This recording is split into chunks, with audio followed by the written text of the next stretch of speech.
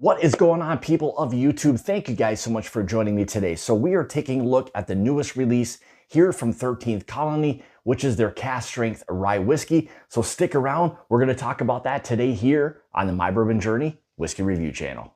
All right, so 13th Colony and their cask strength rye whiskey, new here in 2025. Again, their first time releasing this bottle. So we're going to dive into this. Here's some of the specs on this at this point. So again, this is the 13th Colony cask strength rye whiskey coming in at 120.7 proof.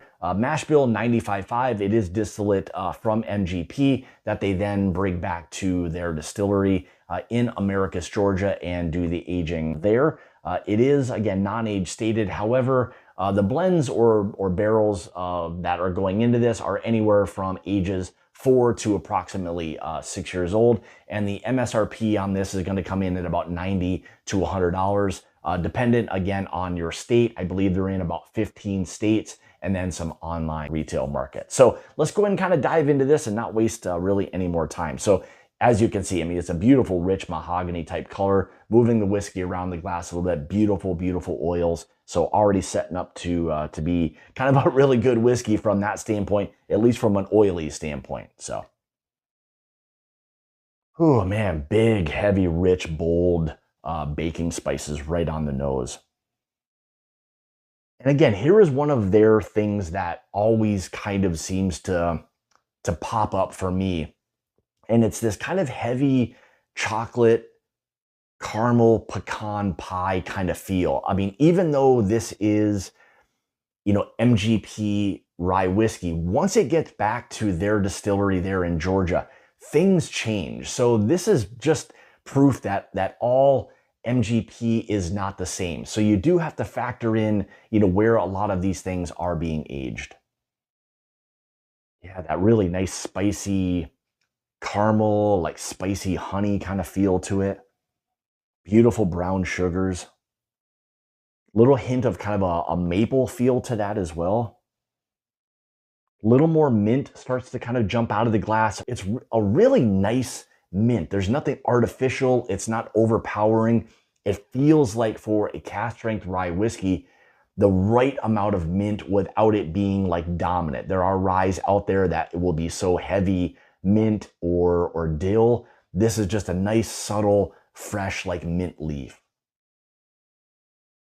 And one thing you're also getting, and oftentimes you're going to pick up from their stuff, are more like barrel notes, like actual, barrel influence. So you get that with that heat and just all of the interaction with the whiskey, it does work into the whiskey. So you do get that at times. Yeah, it almost has, again, a bit of this, this, with it being kind of an aggressive rye, but with some sweetness that's there. It has this feel of like what you'd get from an earthy standpoint, like from an Armagnac or a cognac. There's something about it that has that kind of like finishing feel to it. All right, now I'm really excited to get into what the palate has to offer. So cheers, everyone.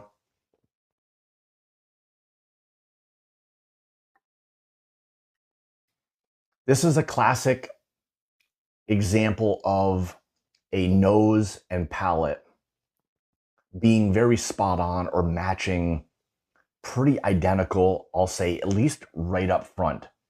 So a lot of that really rich or intense, like baking spice that's there, but with some sweetness. So I'm going to say cinnamon, nutmeg, maybe a little bit of like a cardamom, something along those lines that gives a little bit more of that earthiness that's there.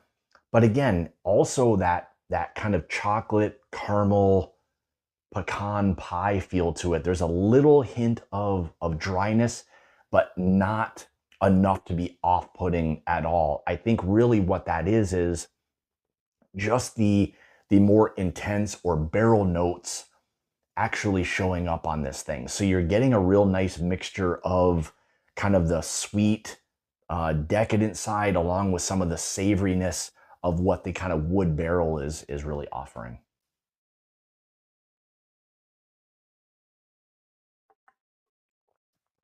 I know I had mentioned it on the nose about that more earthy or aggressive kind of feel that it has. And again, I'll attribute a lot of that just to the heat that they're dealing with there. But that earthiness comes across to me as what you would get from a bourbon that had a finish of either like an Armagnac or a cognac. I mean, Armagnac can be a little bit more aggressive, maybe at times a little bit more grapey. This doesn't have quite that. So it's a little bit of a hybrid there of like what you'd get from like an Armagnac and a cognac, probably leaning a little bit more towards what you'd get from a cognac, if we're being honest. But again, it just has this really nice roundness to it. The proof point is spot on in that, again, that 120.7 range. So, give or take plus or minus 5, I think it has that kind of feel to it. The viscosity, the kind of creaminess, how oily it is, all of that is really allowing for the flavors to just kind of continue to build for us.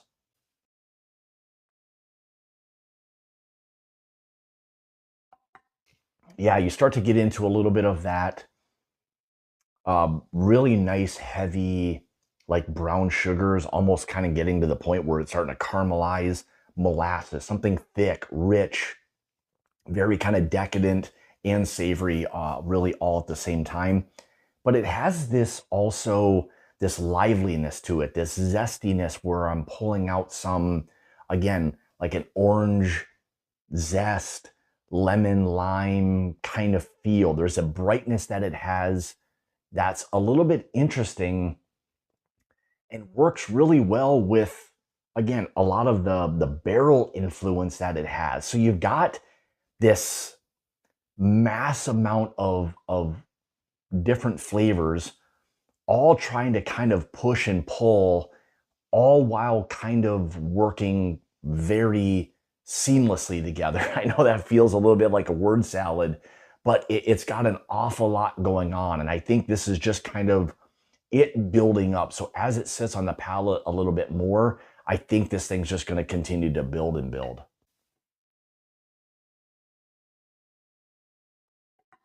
Yeah, with that sip right there, more of the maple, a little more mint.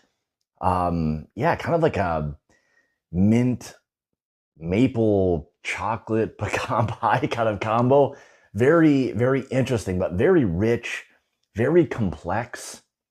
It's just got so much going on. And it's really everything I would say that I think the vast majority of people who really enjoy rye whiskeys, that this feels like something that they would be imagining tasting.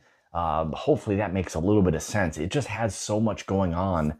And the actual like barrel influence. I know I had mentioned it either on the nose or kind of early on, but you do get that feel of like tasting some of the barrel, like that barrel char, without it being tannic or over oaked or anything along those lines. It just accents everything else you're kind of tasting. So I mean, it's a great, great rye whiskey experience, I would say so far, and I think one that a lot of people are truly, truly going to enjoy.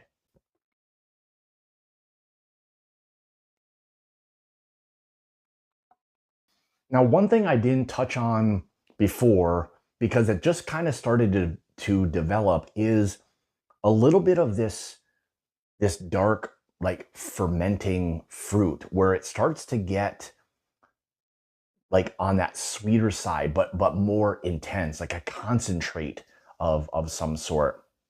And you start to get a lot of those heavy, like kind of plum, I don't want to say like prune necessarily, but you get that richness from like a prune juice, plums, heavy like dark cherries mixed with some chocolate, barrel influence. Again, a little bit more of that kind of orange zest, beautiful baking spices, love the wood notes. I mean, this thing has just so much going on. And again, at that $90 to $100 price point for a whiskey like this, man, in today's day and age, it feels like a heck of a steal for what it is that you're getting. So, you know, there this whiskey is at this point in a nutshell. I've only had this open for maybe a few days, so maybe it's going to change a little bit more and hopefully for the better, or things continue to just kind of continue to build upon what I kind of described today. So I think either way, if this stayed exactly the way it is now, you guys are in for an absolutely amazing cask strength rye whiskey from 13th Colony. And again, I think a lot of people have been asking for this. There have been some single barrels in all of this, but this will be a smaller batched cask strength rye whiskey that hopefully more people will have an opportunity to get their hands on. So with that being said, thank you all so much for joining today. Greatly appreciate it. Let me know in the comments below your experiences with 13th Colony, where it kind of lands for you. Is this fit for, you know, your profile, things along those lines? But I love to hear the feedback from each of you on kind of where a whiskey like this, you know, may stand. So again, thank you guys so much for tuning in today. Greatly appreciate it.